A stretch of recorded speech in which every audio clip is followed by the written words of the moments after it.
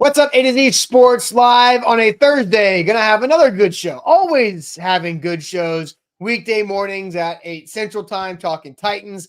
And this time it is about a specific national media outlet and show bashing the Titans offseason thus far as we get into the dead period. And here we go. And Jack's already got sirens happening behind him, too. Like you get the fire trucks and the ambulances already hating on this Titans topic today. So late to the mute button. just fighting against the elements today here. But no, we're going to have a good conversation about what the Athletics football show had to say about the Titans offseason and, quote, when has this ever worked? Which I thought was an interesting way to put that. We'll discuss all of it.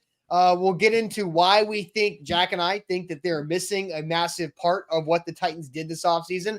And then I think we have to talk about Will Levis, obviously, who's going to be in studio with 3HL this afternoon for an entire hour on 104.5 The Zone around 3 o'clock. And then we'll discuss which offseason move concerns us the most. So the Titans have had a very good offseason. By no means has it been a perfect offseason. So we'll discuss all of that. But Jack, welcome in. It's also the Thursday Magic Bucket time. So I've got my Magic Bucket. The Mayo spoonful is back in play for you. So just to keep your head on the swivel. So let's get this thing rolling. Absolutely. Thursday. It feels like this week's kind of flown by. But I hope everybody came to the show this morning, recharged from Juneteenth holiday. Hope everybody took advantage of that and had a nice day off. If you were working, well, you're almost to the end of the line. Thursday. Couple more days. We're almost there. While you guys are filing in, because we've got just about 100 of you in here right now, don't forget to like the show. Like the show on Facebook. Like the show on YouTube. It helps us grow. It helps us reach new audience members. And at the end of the day, that's great because we want every single Titans fan in this chat every morning. I know it's hard to do, but it helps us get closer to that goal if you like the show. Next, sharing is caring. So if you're watching on Facebook, I encourage you all to share the show to at least one of your Titans groups. I'm a part of around 12 myself, so I see who's sharing. I see who's not sharing. I see who's commenting in there. I know all you guys are active. So if you would help us out and share the show, that would go a long way for us. Next, if you're watching on YouTube, tap that bell icon at the top of your screen and turn your notifications on. You do not want to miss an update whenever A to Z Sports goes live or posts any type of content to the YouTube channel. I have a feeling there's going to be some content coming up over the dead period here. Not a lot of content to get out there in the next month and a half, but A to Z Sports is going to have you covered. Don't miss a thing. Turn those notifications on YouTube. Finally, if you're watching on Twitch, text that Twitch link around to your Titans text groups. If you're in the office, you see a guy half asleep next to you, send the link over, bring him on in here. We'll wake him up. We'll do that job for him. If you're getting ready for work or know somebody who's getting ready for work, maybe starts the day a little bit later, bring him on in here. Let's get ready together, okay? Bring all the Titans fans we possibly can get in here. We want to take the temperature of the entire Titans fan base. In order to do that, don't forget to like the show, share the show, text that Twitch link around. Awesome. Let's get the show on the road. Yep, let's do it officially. Welcome into A to Z Sports, powered as always by the BetMGM app. I'm Austin Stanley. He is Jack Gentry, the Titan Up Podcast on the A to Z Sports Podcast Network, and we are Nashville's on-demand sports talk network, going live weekday mornings at 8 Central Time on Facebook, YouTube, and Twitch. Links to the show segment by segment on our Twitter X timeline. Also hit us up on Instagram, TikTok, and Threads for more great Titans content. We got to thank our sponsors because they make it happen for us, and they help out all of you, like Farm Bureau Health Plans, fbhp.com/ATOZ. Make them a part of your new car. I don't know why I went completely out of order with this, but Farm Bureau Health Plans, you can check them out and get a link today for your new health plan at fbhp.com/ATOZ. Wilson County Hyundai, where you can go get your next vehicle and make them a part of your new car buying process. Save some money in Lebanon online at wilsoncountyhyundai.com. And the Bone and Joint Institute, boneandjointtn.org, the region's destination for comprehensive orthopedic and sports medicine care. If you want to know that this show is unscripted and off the top of my head, I don't have any of that written down for the show open. I just do it off the top of the dome, which is why I completely went out of order for no particular reason. I don't know why, but that's how that goes. So, Jack, we're going to dive into a lot of conversation this morning about the Athletics football show bashing the Titans offseason in a ways that left one of their guys saying, when has this ever worked? But Jack, I did see as you were working on some Ole Miss coverage for A2ZSports.com, a former Ole Miss Rebel. The Titans have some contact with him. Sam and I talked about this on the top yesterday. What do you remember about Breland Speaks, the former Rebel right there, who the Titans might be looking at, who led the UFL in sacks last season and led the USFL in sacks the year before? Yeah, I mean, he was a dog at Ole Miss, right? Like, I mean, he's just a guy you wanted on your team, and you were happy to have him. It was interesting. Breland Speaks probably got cheated because, his freshman year at Ole Miss was when they won the Sugar Bowl with Hugh Freeze. And then Hugh Freeze falls off the next season, and then he's got to figure out Matt Luke in that third season, and that was a disaster for everyone involved. But Breland Speaks was consistent. I mean, a grinder. He struggled to stick around in the NFL because, after his rookie season, he picked up an injury in training camp with the Chiefs, then caught a 4-game suspension, bounced around the league. He was the USFL's Defensive Player of the Year a couple years ago and the UFL's Defensive Player of the Year this year. Look, the Titans could use all the depth they can get at edge rusher. I think we can all agree that room isn't exactly fully filled out yet, at least in my opinion. So look, I like kicking the tires on Breland Speaks. 28 years old, a guy that a lot of people have kind of forgotten about. Maybe he's got a chip on his shoulder, a little something to prove. Why not bring him in? Yeah, something I forgot to mention yesterday when Sam and I talked about this was, the Titans clearly have interest in adding veteran players on the edge. They brought in Shane Ray, former first-round pick of the Broncos from 2016 on a tryout basis, who's 30 years old and hadn't played in the NFL in a couple of years. They did that for rookie minicamp and tryout weekend in early May. Nothing happened of it, but Breland Speaks, and Shrike says, you called him a dog. You mean a shark? Is he a shark? That land shark defense shark, there, baby. Jack? Oh, yeah, he was a part of it. All right, so we all know that this Titans offseason has been very eventful. I think it's been great that we have had a chance to discuss the football team that has changed probably the most of any NFL team with maybe the Commanders, right? Because the Commanders reset new GM, new head coach, new everything, new quarterback in this offseason. But I think the Titans are right there with them on the most change across the NFL. Maybe that's another future topic that we can get into later as the summer continues. But the Athletic Football Show was going through their episode a couple weeks ago where Robert Mays, who does a great job with that show every week on the Athletic Football Show podcast, had Connor Orr of Sports Illustrated on, and they're going through teams in transition. And are you buying or selling what these teams in transition were doing? And the team that they discussed were a lot. It was the Chargers, who also have a lot of turnover, the Commanders, the Panthers, Patriots, Giants, Titans, Broncos, Cardinals, where there are teams in transitions to buy or sell their off seasons. And we're going to pick this up from the beginning of their Titans segment of buy or sell what the Titans have done this offseason. It begins with Connor Orr of SI and then Robert Mays of The Athletic on the Athletic Football Show. Can I separately buy Callahan as a human and as an eventual good head coach and be completely disgusted with the way that they have allocated funds and believe that this team is going to be at best, you're going to get blown out in the first round of the playoffs? Like, is that the plan here? I hope you could do that because I'm doing the exact same thing. Yeah. If you look at the way that they spent money this offseason and the collection of moves that they made, when has this ever worked? When has a collection of moves with this feeling ever worked where you spend this level of money in free agency? And it's not just the level of money that they spent. Chidobe Awuzie is 29. He's on a third deal, and he's recently been injured.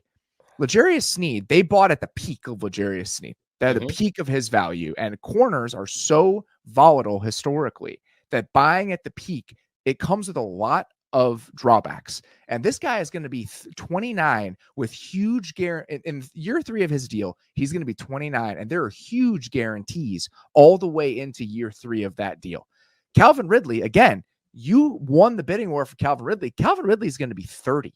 Spending money in free agency on players with their track records collectively and those collective ages, that has never traditionally worked out. And those are the good players. That's before we even get to what they spent to get Kenneth Murray. So I have a lot of questions about how this team allocated their resources this offseason. They're going to be better this year. They're going to be significantly better, but this is about what you're doing 2-3 years down the road when you're trying to ultimately be a contender. And I think the way they spent money this spring is going to ultimately hinder them as they try to get there.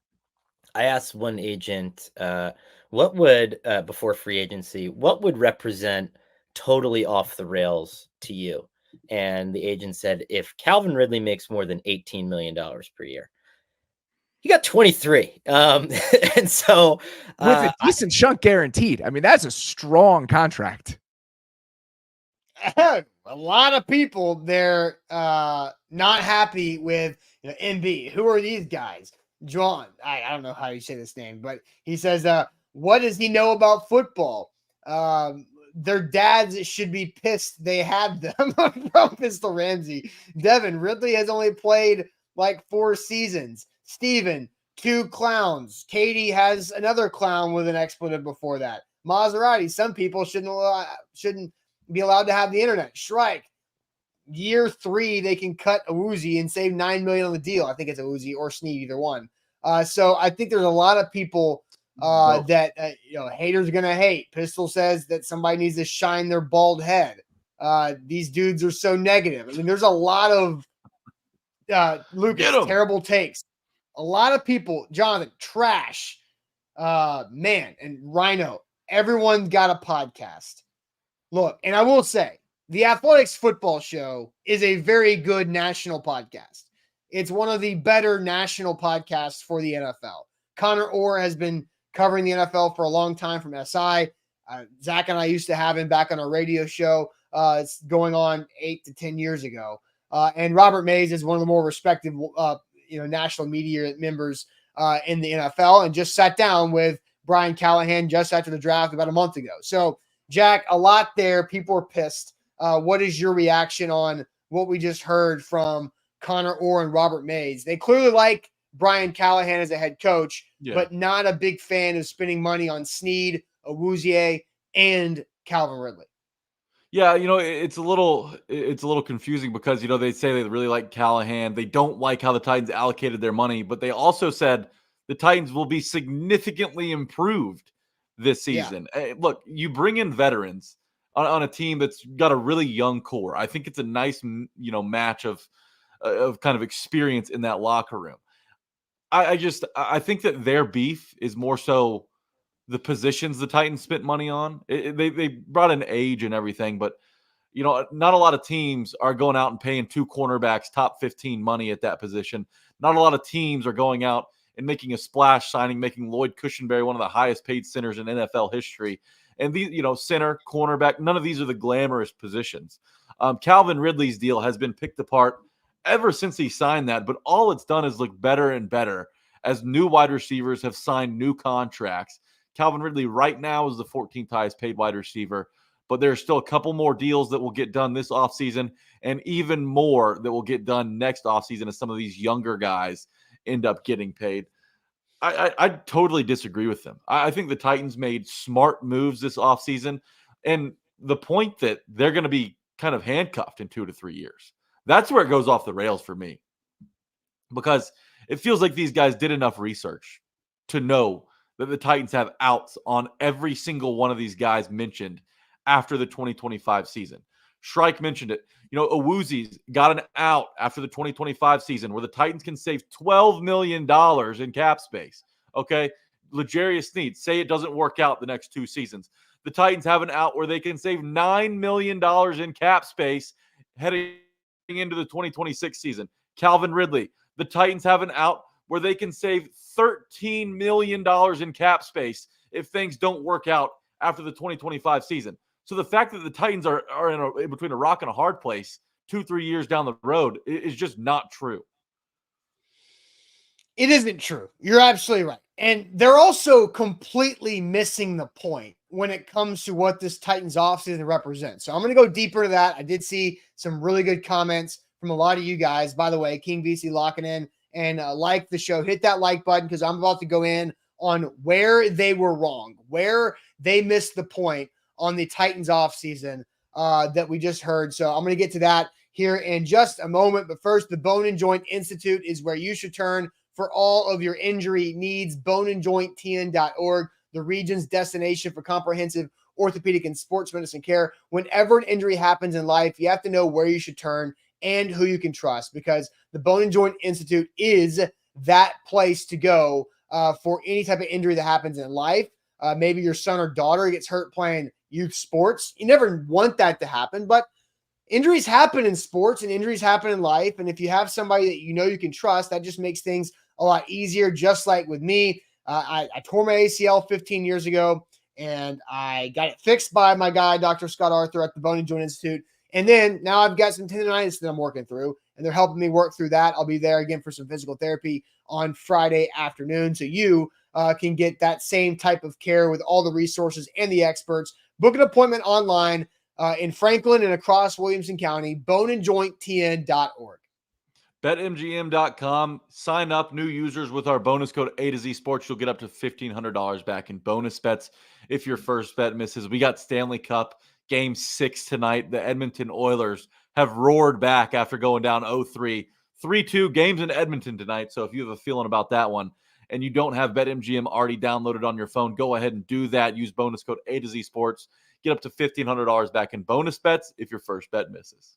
All right, so Jack, we're going to go through, and I'm going to tell you where Robert Mays missed the point on the Titans offseason. And so I'll play the video one more time. The Athletic Football Show. It starts with Connor Orr of SI, who's joined Robert Mays of The Athletic and the host of the podcast. Again, the best, maybe the best national NFL podcast that's currently out there, doing their buy or sell teams in transition offseason. Here is their buy or sell start the conversation about the Titans. Can I separately buy Callahan as a human and as an eventual good head coach and be completely disgusted with the way that they have allocated funds and believe that this team is going to be at best, you're going to get blown out in the first round of the playoffs? Like, is that the plan here? You know, I hope you could do that, because I'm doing the exact same thing. Yeah. If you look at the way that they spent money this offseason and the collection of moves that they made,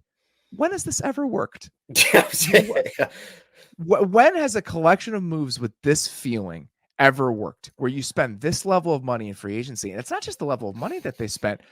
Chidobe Awuzie is 29. He's on a third deal, and he's recently been injured. L'Jarius Sneed, they bought at the peak of L'Jarius Sneed. They're at the peak of his value, and corners are so volatile historically that buying at the peak, it comes with a lot of drawbacks. And this guy is going to be 29 with huge in year 3 of his deal. He's going to be 29, and there are huge guarantees all the way into year 3 of that deal. Calvin Ridley, again, you won the bidding war for Calvin Ridley. Calvin Ridley is going to be 30. Spending money in free agency on players with their track records collectively and those collective ages, that has never traditionally worked out. And those are the good players. That's before we even get to what they spent to get Kenneth Murray. So I have a lot of questions about how this team allocated their resources this offseason. They're going to be better this year. They're going to be significantly better, but this is about what you're doing 2-3 years down the road when you're trying to ultimately be a contender. And I think the way they spent money this spring is going to ultimately hinder them as they try to get there. So I cut that short. The Ridley contract continues to look better because he went from being the 9th highest paid wide receiver at the time he signed that in March to just a few months later, he is now the 14th highest paid receiver, and he will continue to drop down that leaderboard the more and more the time goes on. That contract will get better, just like Patrick Mahomes is the 10th highest paid quarterback in the NFL, right? And he's locked up for a long time. So there's a lot of things, Jack, that I wrote down on them missing the point. I think that for Connor Orr to say that I'm disgusted in how they spent money and allocated money this offseason is such an over-sensationalized word to use to describe a team whose roster was absolute garbage. That is not over-sensationalized, but the roster was garbage the last couple of years outside of Derrick Henry, Jeffrey Simmons, and a couple other pieces like Harold Landry and others, right? So they had, one, a lot of cap space to spend and a lot of money that was available to reset this entire franchise. And so the fact that you were disgusted that they spent that money is stupid and just reaching because you have nothing else to say about the Tennessee Titans, to be flat out honest. And then for Robert Mays to talk about the three players that he brought up, Cheeto Awuzie, L'Jarius Sneed, and Calvin Ridley. I'm going to go 1 through 1. Cheeto Awuzie, yes, he's 29. Yes, he's coming off an injury. And yes, he has not played his best football as of late. But they pay him an average of $8 to $9 million for a corner per year, I believe. Maybe it was closer to 12 average there. Over 10 mil per year. Cheeto is also a culture guy for Brian Callahan coming from Cincinnati. Offensive-minded head coach who's going to be the play caller for the Tennessee Titans. Brings in a guy that he's watched lead the Cincinnati Bengals defense in the locker room and on the field for 3 years and wants him to be that connector to the defense for Brian Callahan. So I think the Cheeto move makes a lot of sense for a foundational culture building spot on a team that started Trey Avery, Eric Gare, Christian Fulton, and Sean Murphy Bunting last year, all at different times outside at cornerback. Cheeto is quite the upgrade across the board in that spot on top of being a culture bridge builder. Do you agree with that? Oh, I do. And I don't understand it either because the Titans, like you mentioned, had all of this money. Like the Titans have been grocery shopping at Aldi for the last 2 decades. And now everyone's up in arms because they're finally going to Whole Foods to get their groceries. It's ridiculous. Yeah. I mean, let this team with a ton of money spend. It's a new culture. You got to find out how to win. These young guys don't yet know how to win in the NFL. They're bringing in guys with Super Bowl experience like Awuzie, Super Bowl champions like L'Jarius Sneed, like Cushenberry. Calvin Ridley, the primary objective this season, and Darren Lee says it, these moves aren't even about the playoffs. They're about Levis. Like, the primary objective this season is to figure out whether Will Levis is going to be the guy moving forward or not. You bring in Calvin Ridley. You may overpay a little bit for him, but it's the price of doing business in free agency. You overpay for everybody. Then you go get a center. These two guys are going to be pivotal in the development of Will Levis. So you may not like the dollar figures, but if you have enough money to spend, absolutely go and spend it. I don't care that you got L'Jarius Sneed at the peak of his value. You got the best cornerback in football right now. Look at it that way. And that's how you win in this league. It's all about the pass. You got to throw it on offense to win. You got to stop it on defense to win. So the Titans absolutely did that. And look, Rand Carthon's been a disruptor. He's disrupted the status quo. He's disrupted the way, people clearly think about team building. Every single Titans fan is pumped up about the moves they made this offseason. And their whole point that these guys are 29, I don't give a damn. If they still have the gas left in the tank, if they can help Will Levis turn into a playoff caliber quarterback, then you go from there. This is kind of a bridge year. You really want to hit it next year. If you can make the playoffs this year, it's great. But the goal is the primary objective is to figure out what you have in Will Levis. And it's so funny because Connor Orr said, what's the goal? What's the best case scenario? You get blown out in the wild card round of the playoffs. And I'm sitting there going yeah, I think so. Hell yeah. Like that's the kind of look at I think it's the context, right? It's like nobody's expecting the Titans to be a contender for the Super Bowl. That's not the point of where they're at. So, is the best case scenario get blown out in the playoffs? Sure. If that, okay. Blown out in the first round of the playoffs under second-year quarterback Will Levis, first time ever play caller and head coach Brian Callahan, first time ever defensive coordinator and play caller Denard Wilson, second-year GM with all these new pieces, blown out in the first round of the playoffs. Sweet, sounds great. Great that start. Sounds like I think everybody watching right here would be like, oh, make the playoffs this year? Hell yeah! Because you know what that means?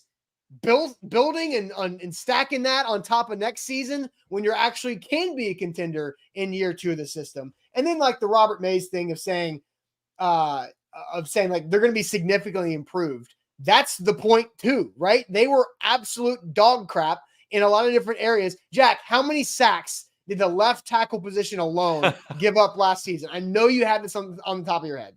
29 sacks from the left tackle alone. So the fact that you could make the playoffs and be significantly improved That's the whole point. And so I do want to play this other clip from Robert Mays talking about Will Levis and what you said, Jack, because there is a little bit of the both sides here. Like, they don't like the way they spent the money, but they also get, especially Robert Mays, gets the big picture about Levis. I get wanting to get an answer on Will Levis and leverage some of that cap space that you had in order to make that happen. Sure. I'm on board with stuff like the Lloyd Cushenberry move. You have a young center. You're pairing a young center with a young quarterback, a smart center that can give that guy some answers as he moves into year 2. There are elements of this that I liked, but I think that there are a lot of downside. There's a lot of downside to the way that they threw money around and the types of players that they spent it on. But I do like the Brian Callahan part of this. I mean, we just had a conversation with Brian that's on our YouTube channel and was on one of the shows recently. If you want to go, take a listen to it, I think he has the right mentality for this job. I think he has the right temperament for the job. I understand and appreciate the approach they've taken to kind of building this offense, but the way they've built the roster and the depth chart this offseason specifically, it's just hard for me to ultimately get behind. I like the way they went about building the offense, but I also dislike the way they built the roster and the depth chart. Isn't building the roster and the depth chart building the offense? Like, they went Calvin from Ridley was one of their biggest problems. Like, he's a key part to how they built this offense. Yeah, Calvin Ridley, explosive. DeAndre Hopkins, who Connor Ord said is aging beautifully, I think is what he said, or gracefully or smoothly or something positive about DeAndre Hopkins. And so you look, I don't know how this is being hated on. Look, to the point of, when has this ever worked? Because that was something that I wanted to focus on as well, because when has this ever worked? And this, in that sentence or question, is spending a boatload of money in free agency out of the gates to try to do something fast. Jack, everything changed in the NFL with the wide receiver position 2 off seasons ago, when the Jacksonville Jaguars gave Christian Kirk a whole lot of money, like $17 million per year. Everybody was like, who's doing that? And guess what the Jacksonville Jaguars did in 2022? They made the playoffs. Mm-hmm. They made the playoffs. And thank you, L Train. It worked for the Rams. Darius, it worked for the LA Rams. Devin, it worked in Tampa. Now, different because they had Tom Brady and the Rams had Matt Stafford. But yeah, the Rams bought themselves a Super Bowl. They went full National Basketball Association with the LA Rams. Buy a Super Bowl. That hadn't worked for a time, but the Titans are doing what those 3 franchises did. And I think the Jaguars is the best way to compare this, is because it was year 1 of a head coach in Doug Peterson, year 2 of a quarterback in Trevor Lawrence, and you go out there and you sign a bunch of guys in free agency after being a terrible team the year before, and you win the division and you win a playoff game in year 2. Now, they didn't take advantage of what they had last season in year 3. And Steve says Jags are not a good example. No, the Jags are a good example. They started 8-3 last year. They are like the 2022 Jags are a great example of what the 2024 Titans are trying to do. It is the same damn thing. So, Steve, it is a good example. Where the Jags messed it up is because they fumbled away 2023, which has nothing to do with 2022 Jacksonville. So that's the point we're making here. And I think it's obvious, right? You're trying to invest to find out the answer in Will Levis, giving him Calvin Ridley to go along with DeAndre Hopkins and Tyler Boyd and the new coaching staff and the new offensive line that is invested highly in free agency, with Cushenberry at center and Latham as the top 7th overall draft pick at left tackle to go along with Skoronski. I think that is where it makes a lot of sense. Now, Devin adds Jacksonville had horrible contracts, though.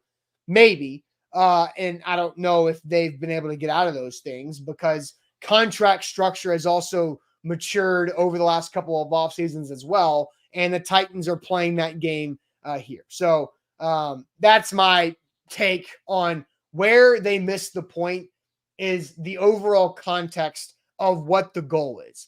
The goal to lose in the wild card round, the playoffs, would be phenomenal, but that is a secondary goal. The main goal is find out about Will Levis And that's why they spent the money they did. And they're creating a brand new culture, which is why Cheeto and Sneed are important here. Because Cheeto and Sneed play cornerback the way that Denard Wilson wants to play cornerback. And so you start there and you significantly upgrade 3 of the worst position groups in the entire team: cornerback, wide receiver, and O-line, with veteran players around one of the cheapest starting quarterbacks in the NFL, Will Levis.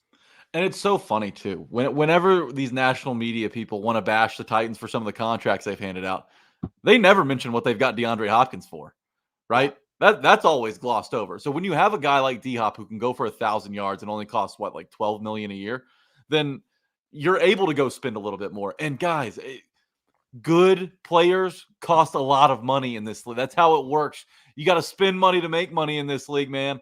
And there are a lot of good players that the Titans brought in this offseason. They want to win now. And I'm going to read a comment or two here. Yeah. Amy wants to win sooner rather than later. Absolutely. She is hungry to win. Rand Carthon is hungry to win. The Titans could have easily sat on their hands this offseason and said, you know what? Let's find out about Will Levis before we go spin. And he's like, hell no. Let's get some guys in here just in case this thing works. And if it does work, we're set up for 2025 to compete in the AFC South and compete at the top of the AFC. All they need is an answer from Will Levis. And then you have next season to kind of fill in some of the cracks that they left, because look, John Robinson left behind quite a mess, and Rand Carthon's trying to pick up the pieces, but it realistically can't get done in one offseason. So figure out what you have in this group, win now, start learning how to win now, win 8, 9, 10 games this season, and then you shoot for the moon next year once you have an answer with Will Levis. Yeah, this is how you got to do it. You got to surround your quarterback with adequate weapons. You got to give Denard Wilson another first-time coordinator, adequate weapons on the defensive side of the ball. Find out what you have this year. Go for it all next year. It's a great strategy, and as a fan, I am so happy that Rand Carthon, Amy Adams Strunk, and Brian Callahan are all on the same page about wanting to win now, right? Mm-hmm. The last 2 seasons, 13 wins combined. Who cares? I want to win now. It doesn't matter where we've come from. Let's go ahead and put this thing back together. Got some super chats. Andre says, they're valid questions, but when you have the worst O-line, cornerback, and wide receiver groups in the league, you have to make some of those riskier moves. Veteran leadership matters, like I just mentioned. And then Andre adds, also money was spent to see if Levis is the guy. And I think we're absolutely clear that Andre is dead on with both of those comments right there. Now, Brandon brings this up that I thought was interesting. They brought up good points. The problem with their take is that Tennessee has no one to re-sign until 2026. So where's the money going to go? And I saw several like Chris and Pistol and others. And they're like, who else were the Titans going to sign? Right. And they had like the second most cap space in the NFL this past offseason, and the cap goes up $30 million. Who else are they going to spend money on? But they address their best or their weakest positions with Cheeto, Sneed, Ridley, Cushenberry, right? And then Tony Pollard to come in to replace Derrick Henry and to go on with Tajay Spears makes a lot of sense. And then Robert Mays said towards the end of that first clip that we played a couple times is that he thinks that this offseason spending could hinder them 2 to 3 years down the road. That's where I disagree, because the cap is going to continue to climb, right? It's going to keep on going up. We know that. Will Levis is cheap through 2026's season. When they extend him before the 2026 season, they will extend him for that contract to start in 2027. They'll pay him a ton of money in signing bonus that summer, but it won't affect his base salary until 2027, which is when a lot of these contracts they just signed are expiring. And so now you're setting, and I actually like what the Titans are doing. They're setting up 2 windows back to back. They're setting up the Will Levis rookie contract window. Then they're setting up for that window to close and Will Levis big contract window to open. And so what they have to do for Will Levis big contract window to open and stay open, draft well. You have to hit this year's draft, next year's draft, and the 2026 draft. They all have to hit so that Will Levis big contract window is complemented by rookie contracts. Because right now they're complementing Will Levis's rookie contract with big veteran leadership contracts. So I actually think it's really smart for a 6-year plan. And guess what? If Will Levis isn't the guy, then now you just get rid of him, find yourself another rookie quarterback contract that you're going to continue to ride that window and find veteran players to complement that until you hit on the quarterback and pay him big money. So really you can say they've set up 2 windows and potentially have an audible for a third route. Yeah, and you're exactly right. They're making it comfortable for whoever slots into that quarterback spot. If it's Levis, fantastic. If it's another guy, that's all right too, because the weapons around him, the offensive line, the coaching staff, the running backs in Pollard and Spears, all of these are geared to helping the quarterback perform at a high level.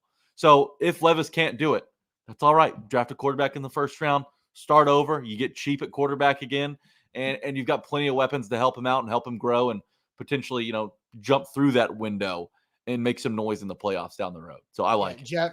Jeff says, so rinse and repeat. Who's that sound like? The Bears or the Colts, right? Like the Colts did it horribly because they kept trying to patchwork together Phillip Rivers, Carson Wentz, Matt Ryan, and then until they went with Anthony Richardson, and you're trying to do that too. So that's the game. The whole NFL is rinse and repeat. The entire NFL, rinse and repeat, because that's how you do it. That's how you play the game. Until you find your quarterback, you rinse and repeat. And wouldn't you rather know an answer on your guy, good or bad, rather than still kind of be iffy on a guy and hand out a contract like the Jaguars, like the Giants did with Daniel Jones? Yes. And then and once you find your quarterback, you stick with your quarterback and you rinse and repeat other positions, like what the Chiefs are doing. The Chiefs have Mahomes. They're rinsing and repeating at wide receiver and at cornerback. They're doing that same thing. And so, yes, that's what everybody's doing that doesn't have a quarterback. Because why wouldn't you? Why are you hating on a team for rinsing and repeat a quarterback until they get one? Would you rather them stick with a crappy one and be stubborn? Why go into a marriage if you're going to wake up half the season hating the guy, right? Why tie yourself to that quarterback like Trevor Lawrence, who threw 14 picks last year? You wake up half the season on Monday being like, damn, man, I'm getting sick and tired of watching Trevor Lawrence throw games away. I want an answer, good or bad. If Will Levis is terrible, that's better than him just being iffy, right? If Will Levis is great, obviously that's the best case scenario. But you need an answer on him one way or another. And the Titans have done everything in their power to set themselves up to get an answer this season. Ken says, when you have your quarterback, everyone is expendable. Nearly everyone is expendable. Not everyone. Nearly everyone is expendable because Travis Kelce and Chris Jones are not expendable for the Chiefs, right? Like Jeffrey Simmons, not expendable. Like they're all obviously players, but Ken's point overall, you're on with that. Another couple comments I wanted to get to here. Anthony says they're not wrong though. Teams win in the trenches, and O-line, D-line, linebackers are terrible. Safety still a position of need that needs an upgrade. Tight ends still in question as well. Well, we'll get to this in a second because King VC comes back and says, my only problem is that if a big-name team like the Cowboys were to do this, they'd be praised, right? Because the Cowboys were dumped on. The Cowboys were dumped on by not spending money in free agency, and so the Titans are being dumped on for spending money in free agency. So and all the guys that they hit on, like Ridley, Sneed, Cushenberry, like all of those dudes, even maybe Pollard, even all considered top 5 players in the free agency pool at their position, right? I mean, so if you're a team who needs, Ridley was number 1. Ridley was the number 1 receiver. Cushenberry was the number 1 center. Sneed would have been a number 1. Jalen Johnson with the Bears. I mean, he didn't hit free agency, right? So neither did Sneed technically. So there's some nuance to go there, but yes. And then Pollard, not 1, 2. Yeah. Yes. And then Pollard was right there. Yeah. Yeah. So if you have these needs, you have to address them. And whether or not you agree with the contract they handed out doesn't really matter, because when you have to play the free agency game, you're overpaying for everybody. But the Titans are in a position where, hell, I mean, it's either overpay or have your quarterback murdered again, or continue to win 6 games a year. So they're making an effort to get better immediately. And that's why Titans fans are excited. That's why we have over 300 people watching a show in the middle of June talking about the Titans, because there is an excitement within this fan base from the moves they made this offseason. Yep, without a doubt. All right, going back to Anthony's comment, it says they're not wrong. Teams win in the trenches, and O-line and D-line linebackers are terrible. Safety still position they need. to upgrade, and tight end still question mark. So the back half of that, safety and tight end. I think we're learning that unless you have an elite player at those two positions, then a lot of them are rotational and expendable too, because there's a lot of safeties on the open market that have not been signed yet. So I think the NFL is telling us a very interesting message about how the safety, the veteran safety, is viewed by a lot of these guys not having places to play right now. And then for tight ends are a question mark, yes, but I think you look at what Cincinnati had with tight ends under Zach Taylor and Brian Callahan running that offense. CJ Uzomah was the best guy. He was a good player. And I thought that Uzomah could have been a free agent, a target for the Titans in the last couple of years before he went to the Jets. But who's the Bengals tight end last year? Sample? Was it? Yeah, I don't know. Drew Sample or something, right? Something like that. Yeah. Exactly. Miss Tyler Eifert. Where's Tyler Eifert right now? Where in the world is Tyler Eifert? That's your new Matt Lauer. Probably show. Nursing an elbow injury. And then to Anthony's first part, teams win the trenches. O-line, D-line, linebackers are terrible. So linebackers we'll talk about here in a second. O-line, D-line.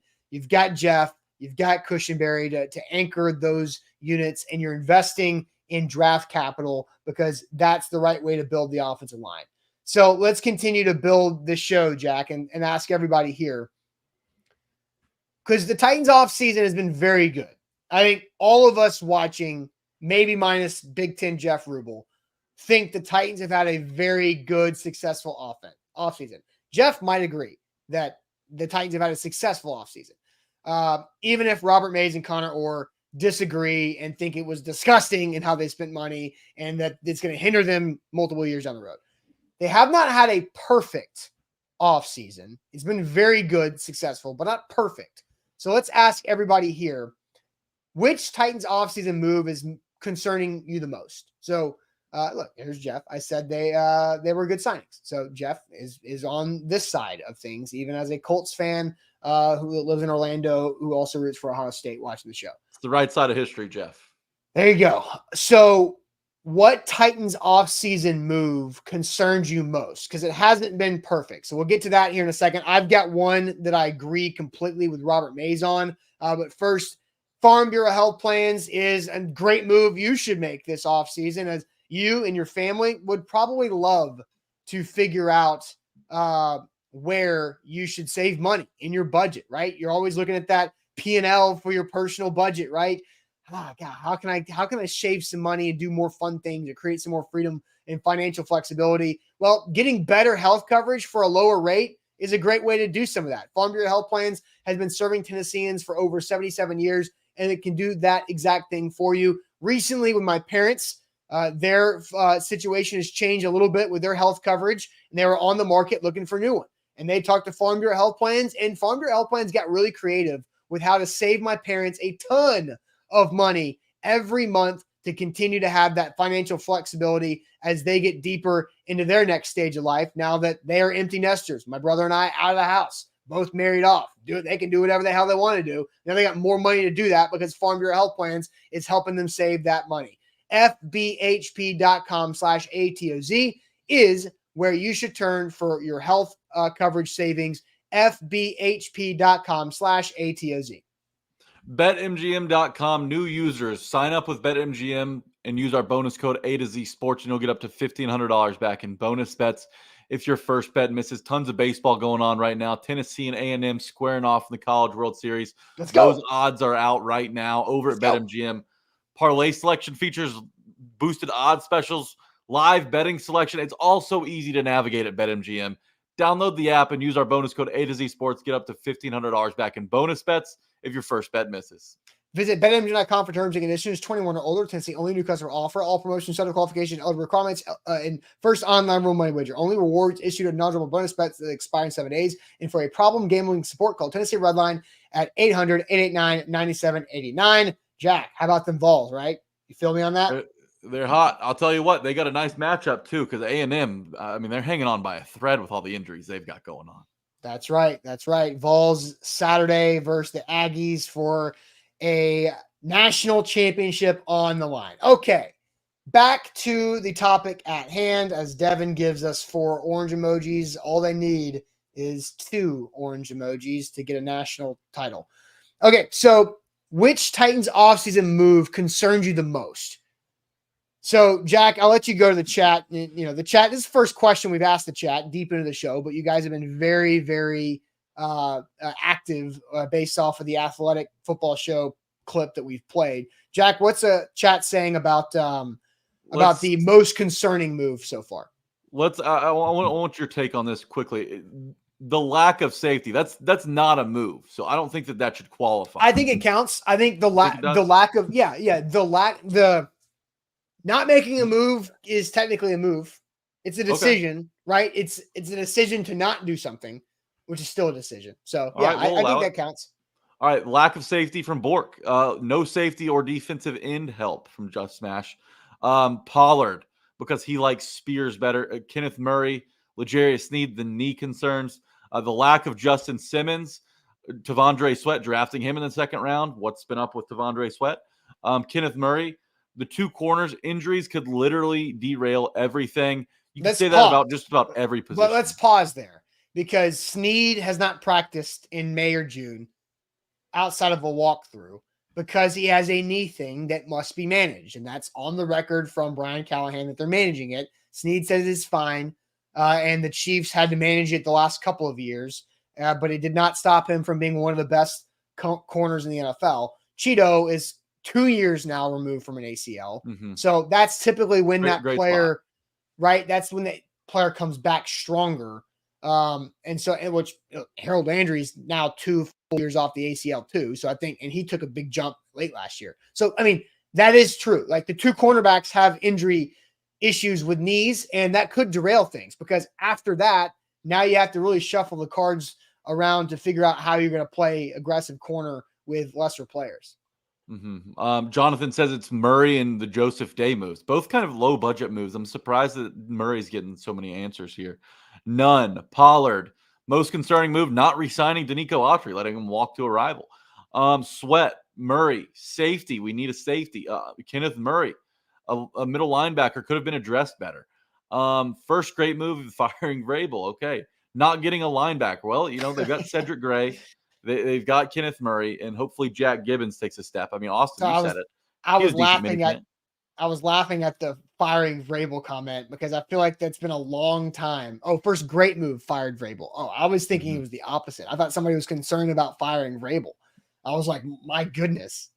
No, very supportive of that decision. Yes. Calvin Ridley, first Calvin Ridley answer we see from Johnny. Not signing a safety, no safety, but Kenneth Murray, if you're talking about a move that they actually made, they've got to put him in a specific situation for him to succeed. How do you feel about that comment on Murray? My answer is Kenneth Murray. Yeah, I think because of the contract he was signed to, which I believe, if I remember correctly, 2 years, $18 million, which is starting money in the NFL without a doubt about it.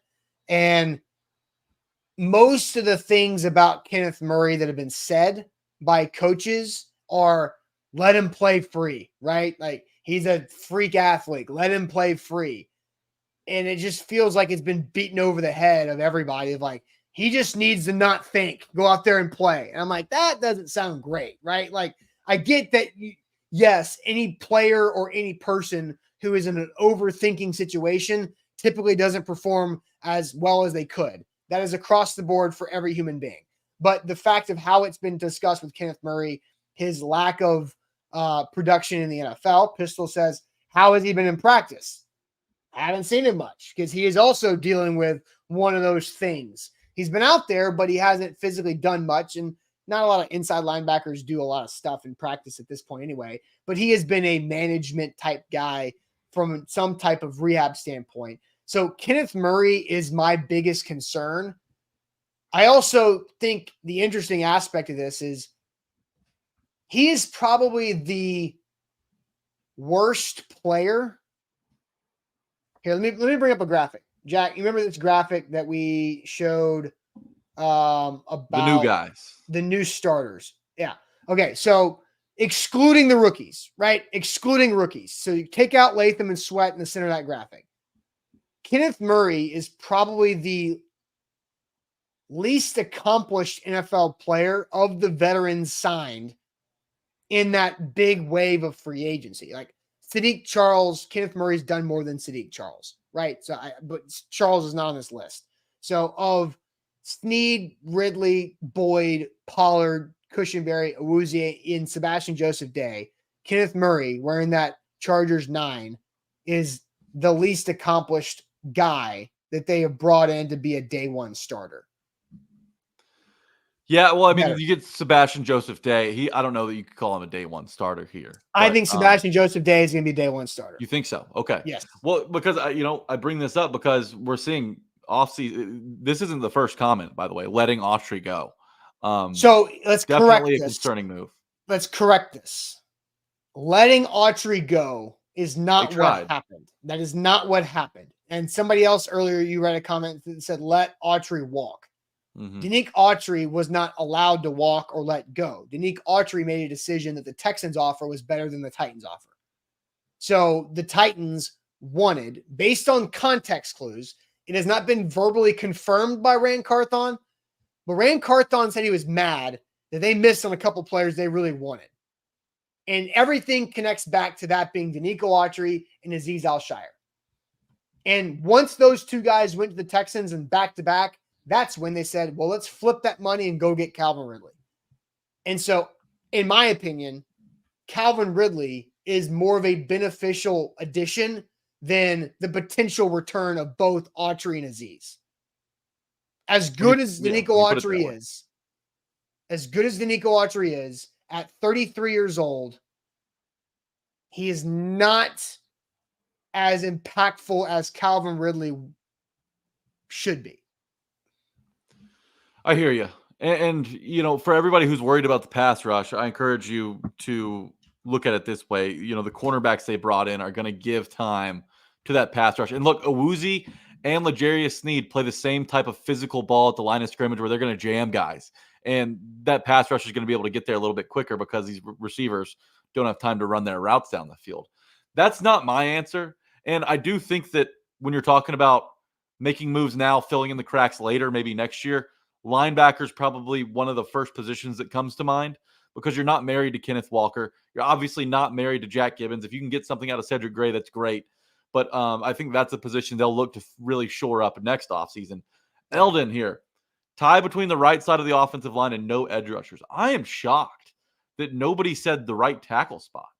I don't think I saw a single person talk about the right tackle spot not being properly addressed. Having Bill Callahan's great. But when you have a good player paired with a good coach, then you have something special. The Titans don't have a good player at right tackle right now.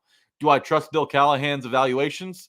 Sure. If he's comfortable with right tackle, then hell, why shouldn't I be?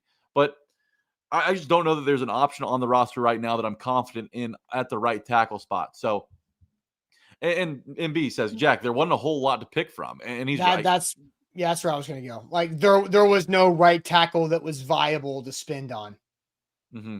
So it was basically like Cushenberry was the best offensive lineman the Titans could sign in free agent.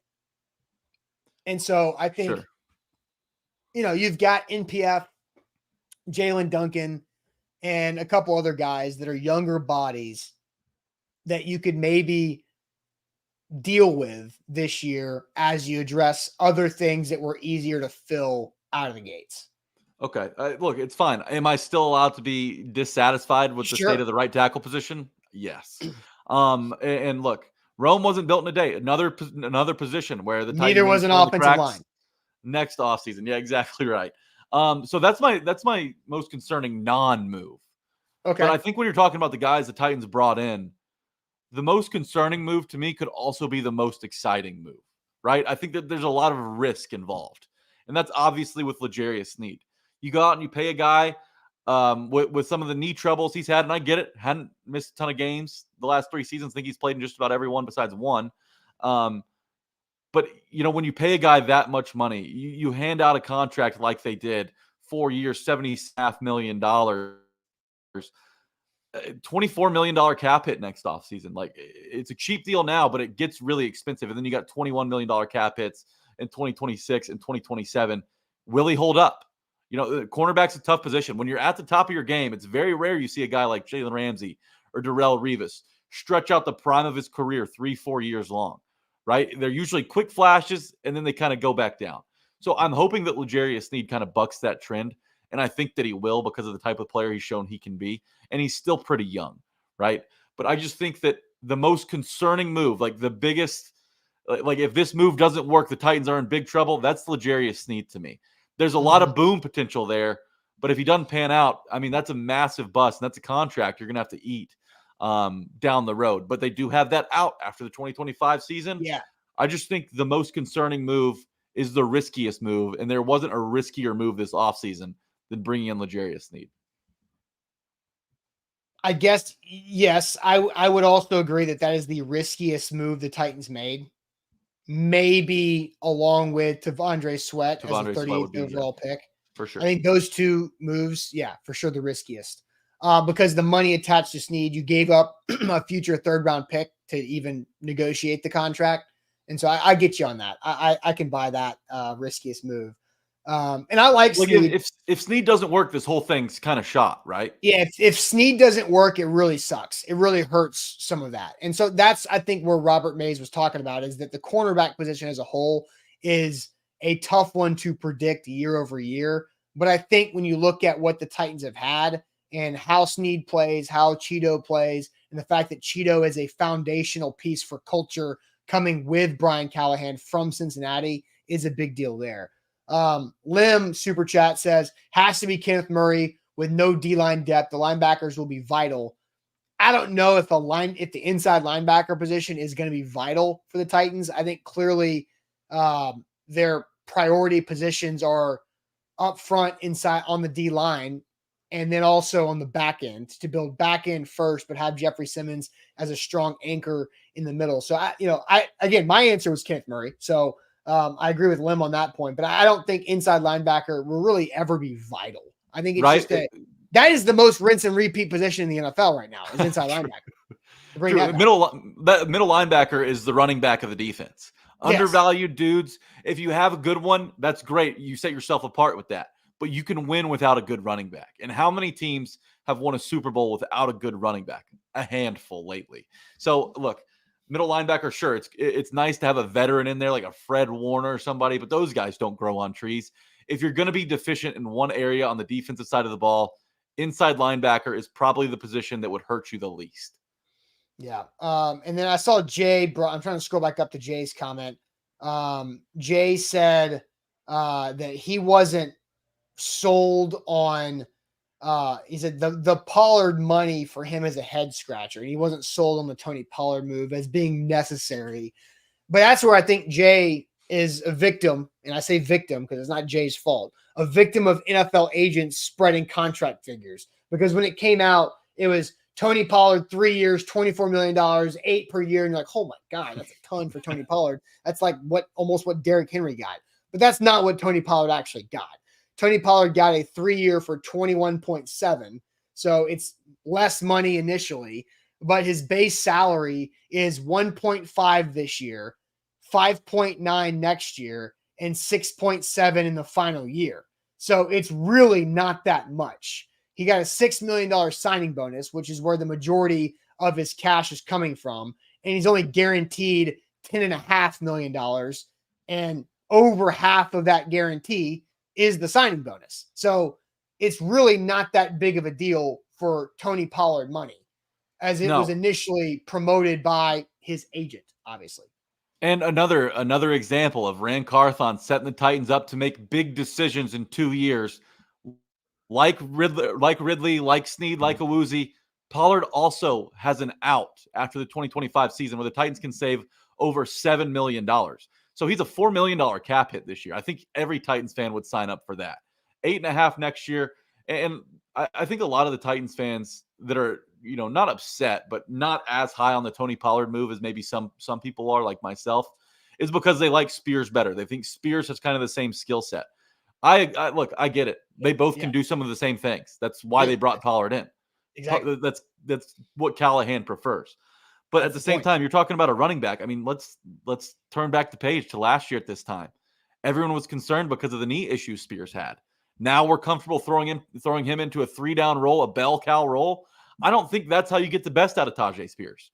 I think you use him situationally. Obviously, you feed the hot hand, but I don't know that Tajay Spears ever should be a bell cow in the NFL. So you have a guy who can do some of the same stuff, maybe a little bit tougher runner, Tony Pollard is, than Tajay Spears.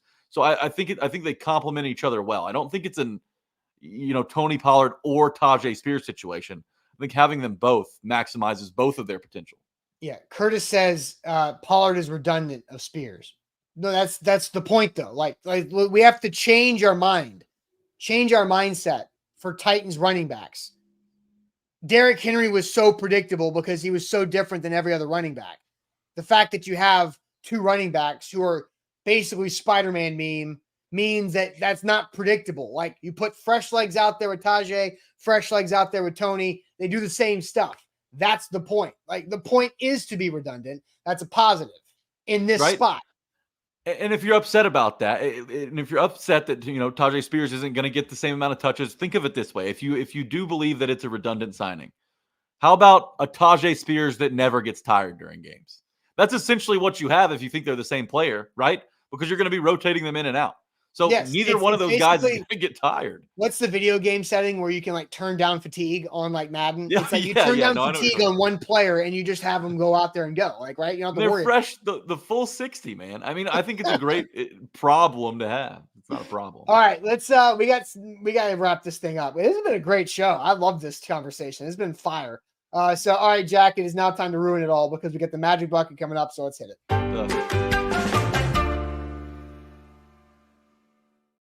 Shout out Wilson County Hyundai. Make them a part of your new car buying process. Go see them in Lebanon or online at wilsoncountyhyundai.com. They will help you save money because you can not pay those downtown prices in downtown Nashville or near Nashville. Lebanon, wilsoncountyhyundai.com right there. All right, Jack.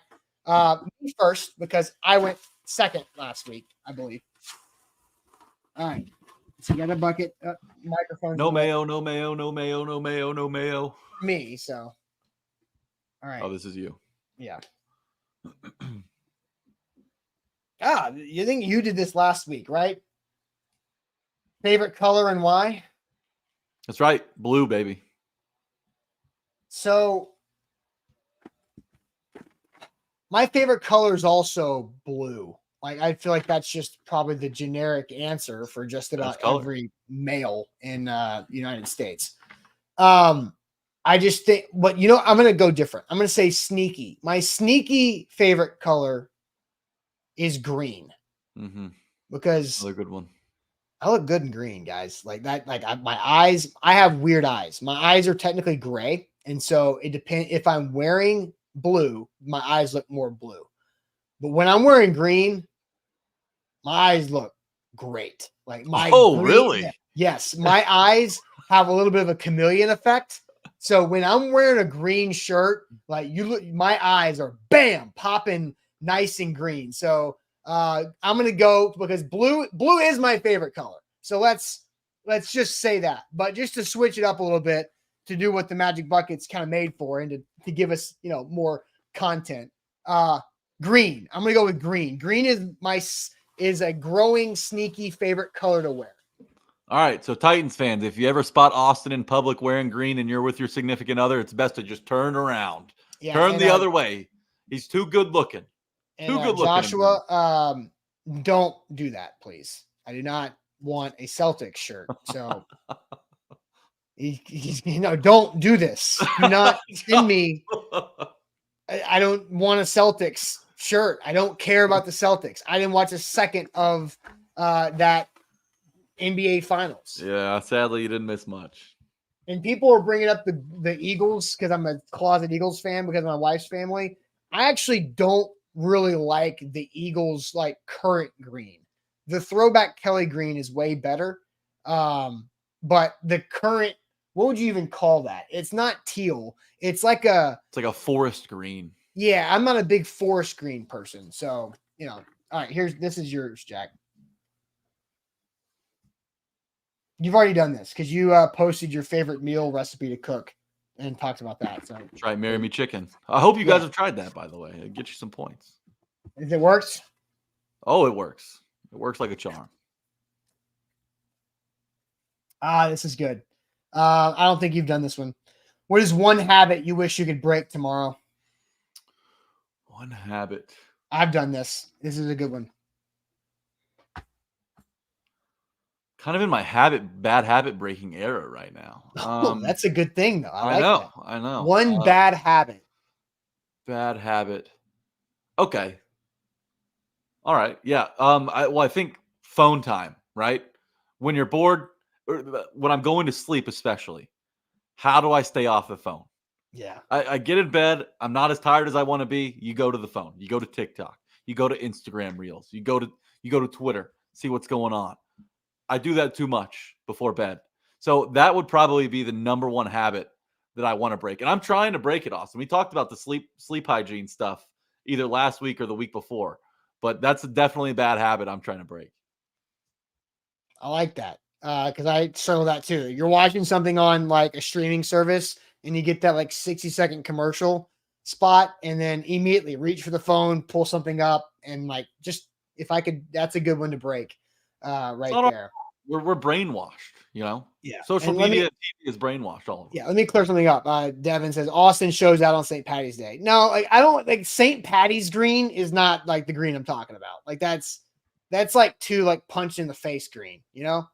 Like St. Patty's green in like which is like Celtics green, that's too much. I'm more of an off, not neon, not super bright green, more of the other areas of green. Like I am very much like a live plant, like house plant green. That's what I'm talking about. You know who's the worst green? The Dallas Stars new jerseys they're trying to figure out. They're trying to go too neon. Never go full neon. The Seahawks can only do that. Yeah, I agree. Although if it's an accent, you can get away with it. It just can't be the main thing. It looks so bad on a hockey team. It looks minor league. That's fair. I can give you that criticism. All right, Jack, that's it for us on this Thursday. I did look, Matt has a great idea for the Magic Bucket that would make things a lot easier. He says, write the person's name on the back. It'll clear up all the confusion every Thursday. Matt, that would be great, but I think it's too late. We're just not going to do it because we're in too deep, Matt. Yeah, we're in too deep. We're not going to turn back now. Like it just be too much. It just be too much work. Next bucket refill though, probably. Yeah, whenever we empty the bucket and then maybe. But it's a great idea. I just don't feel like doing it. All right, that'll be it for us. Make sure you hit that like button on Facebook and on YouTube. That goes a long way for us. Sam will be back tomorrow with me on a Friday, so we'll catch you guys then.